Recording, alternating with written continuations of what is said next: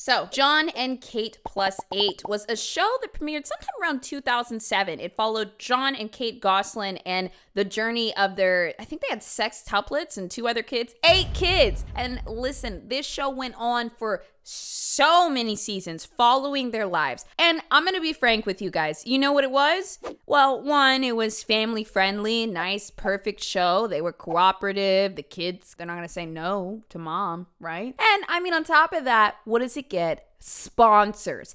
Family-friendly content. Sponsor after sponsor after sponsor and sponsor. Let me tell you what is at the core of family channels. Public humiliation. No matter how you try to spin it, when you put your crying child on a thumbnail or when you put all of their personal lives on the internet, the child doesn't realize it yet, but it feels like all of their privacy is being violated, and they're looking around the world, around the room, and wondering, why is no one helping me even though I'm hurting? Also, you're getting your child addicted to attention. It's just a whole mess. Also, I said this before, but I'll say it again. If you watched family channels, I get it. It's comforting. They're setting up the family that we never had, because influencers are salespeople. They're selling the life that we never had, and on top of that, they're selling you product after product after product. Oh, don't even get me started on when it's time for them to make a baby. First it's,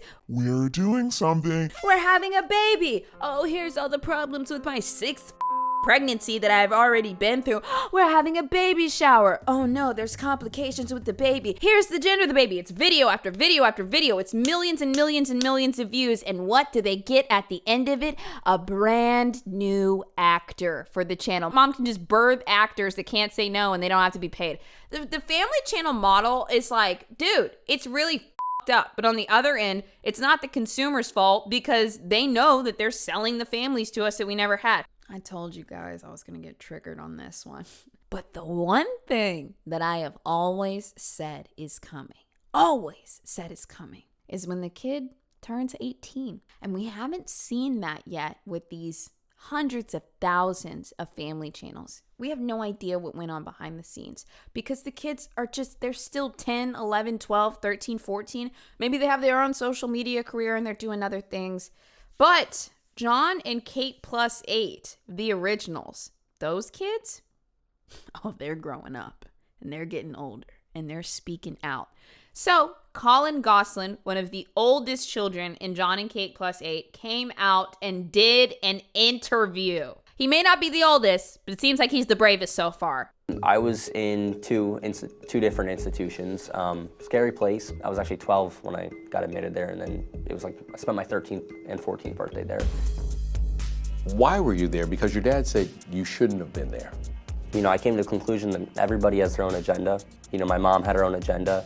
I don't know exactly what that was, but my agenda was to make it out on top of that tough spot. At the time, Kate said Colin's institutionalization was due to, quote, special needs. You can't do anything without realizing he's missing. Colin wasn't there.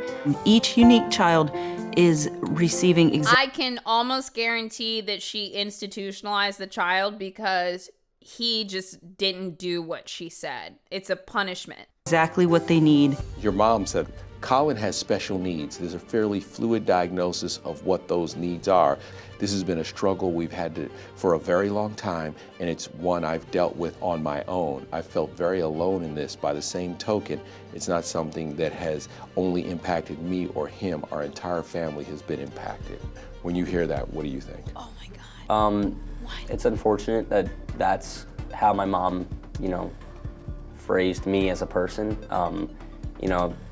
I don't see that. His pain is our pain. Oh my God, that form of minimization is so f***ed up. That's like you catch your boyfriend cheating and he says, yo, I'm hurt too. I didn't want to have to hurt you. That's what that is. That's literally what that is. Phrased me as a person. I don't see those things, and I don't think anybody else sees those things, but if that's how she sees me, then, that's her point of view, and I hope that if we met again one day, she would understand that, it's not the case. But you shouldn't have been there is what you're saying to me. No. What did that do to your relationship with her?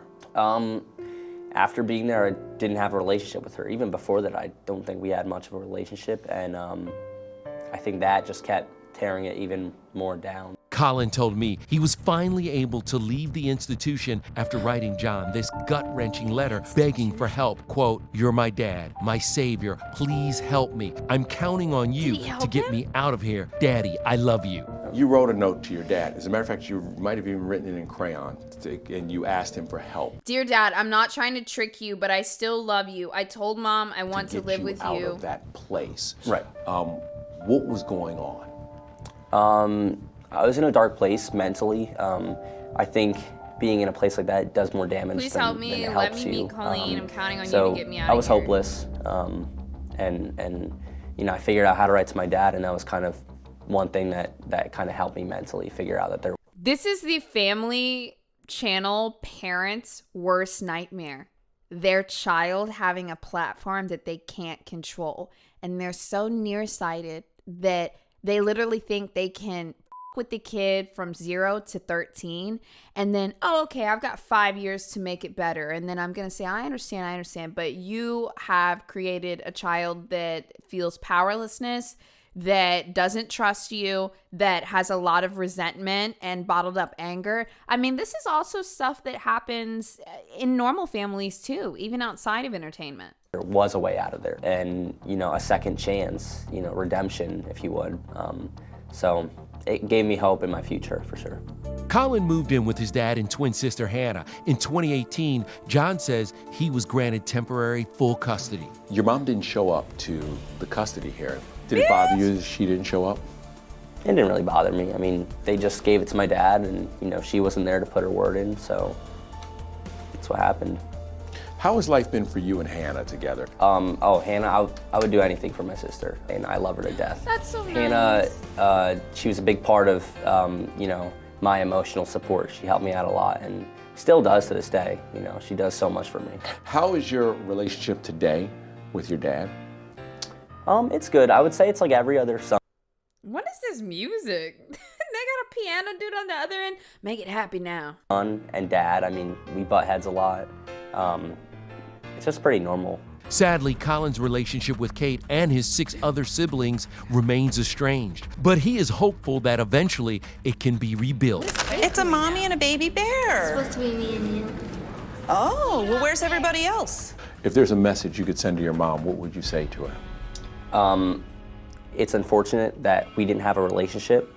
I think every son wants to have a relationship with their mom, but I'm doing very well, and yeah, I think I'm good. He has a lot of tact. I swear, the theme of today is grace. I implore you guys that no matter how angry you are, no matter how much you've been hurt, no matter how much resentment is inside, find healthy ways to express that, but approach and speak of these people with grace. You will get so much respect for that. And respect goes a long way for your external world and also for your internal, because when people respect you, you can feel it. But you would love to have a relationship with her if you could. Yes, it would be ideal. Do you get to talk to your other brothers and sisters?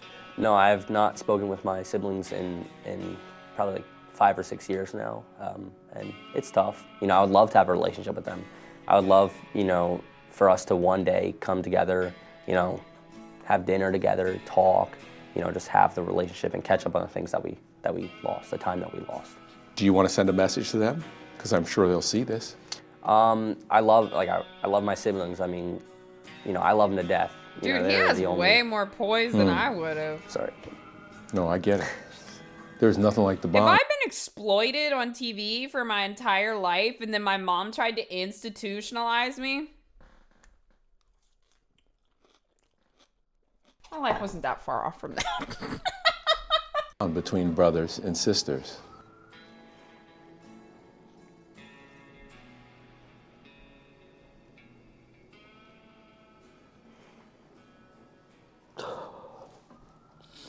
There, you want to, can somebody get a tissue real quick? Okay, grab a tissue.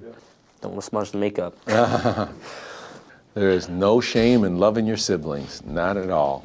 Don't Yeah, reach can you out. actually just re-ask the question? Yeah. What would you like to say to your siblings? I love them very much, and you know, kind of how I see it take is it from the top, without and parents they left involved, it it's just in. me and them. And I really hope that, you know, one day when I have kids that, you know, my kids will know their aunt and uncles. Well, what's the biggest misconception about you? The biggest misconception about me is that I'm incapable, or, you know, that you know, I'm still kind of hung up on the things that I've been put through, because I'm not. You know, I work just like everybody else. I go to school, you know, I hang out with my friends. You know, my life is great. But Colin's busy schedule did lead to a terrifying scare That was good earlier for a this minute. month when he fell asleep at the wheel and flipped his car. my Look at this God. picture. That's scary. That is scary. Why'd you show What it to him? I was on my way to work. It was like 2 in the afternoon, and I'm working full time in high school, so I'm tired. Right. Fell asleep at the wheel. Next thing I know, the car was flipped, Fell asleep and I'm just like sliding upside down across traffic, and you know, I just wanted to relay the message to other people to wear their seatbelt, to not fall asleep at the wheel, and just drive carefully. Now, let's talk about right now. What's in your future? What are you doing now? Well, I'm still in high school, so finishing high school, graduating. I'm looking at the Marine Corps. You know, I've always wanted to be a Marine, so I think that's the next step. But there's definitely, I have a lot of dreams, a lot of goals. I mean, countless. Do you have a girlfriend? No, I don't. Just I hate this rocking it out, you know. Would you ever do reality TV again? Ooh, good question. You know, I think, you know, I've become somewhat of a natural at it, so I think it'd be cool to kind of do it now that I'll probably remember the memories of God, it. can you imagine though, being in a family of 8 and all of you are on TV, and then if you do actually get like addicted to the attention and the reality TV aspect of it, and then all of you are competing for a show? I don't want to be in that competition. I would just bow out. And I'll see it a little differently Dude, too, Alexi said you versus edited not this remembering it when I girl. was I younger. know. Thank you so much. What do you remember about doing the show? Well, I don't remember like the depth of it or like the little details. Something that you never forget. Like, what the is the presence of the cameras. Like, there's always cameras there. They're always on you. Colin is stubborn, yet kind. Fans watch Colin since he was 3 years old, growing up. Wait, hold on. No, you gotta listen to that transition. You never forget. It's like the presence of the cameras. Like, there's always cameras there. They're always on you. Colin is stubborn, yet kind. Fans watch Colin since he was 3 years old, growing up on TV. John and Kate Plus 8 We don't have any extra B-roll. Just make it work. Just make it work. was one of TLC's highest rated programs ever. Can you stop breathing so loud, honey? He's like, It was such a phenomenon that in 2009, 10.6 million viewers tuned in to watch John and Kate's televised separation announcement. Kate and I have decided to separate. Oh my God. I'm not very fond of the idea, personally. Do you wish your parents could have stayed together and worked things out? No. You know, it would be nice. Nobody wants their family to be torn apart. But I do wish they could have made something work out. They don't speak now. Do you wish they could at least they would speak to each other? If they had the capability of co-parenting, that would be nice. You know, they don't need to be best friends, but it would have been nice if they could be adults. It's like being at the register and you see somebody like on their phone while they're like swiping the groceries. You're like, what the About it and get along and do it for the sake of their kids. If you guys hadn't done that reality show, do you think your family would be intact? I think so, yes. You know, I think the pressure of being in front of the whole world and, you know, every mistake you make is out there. I think that was a big influence of them not being together, and I definitely think they'd still be together.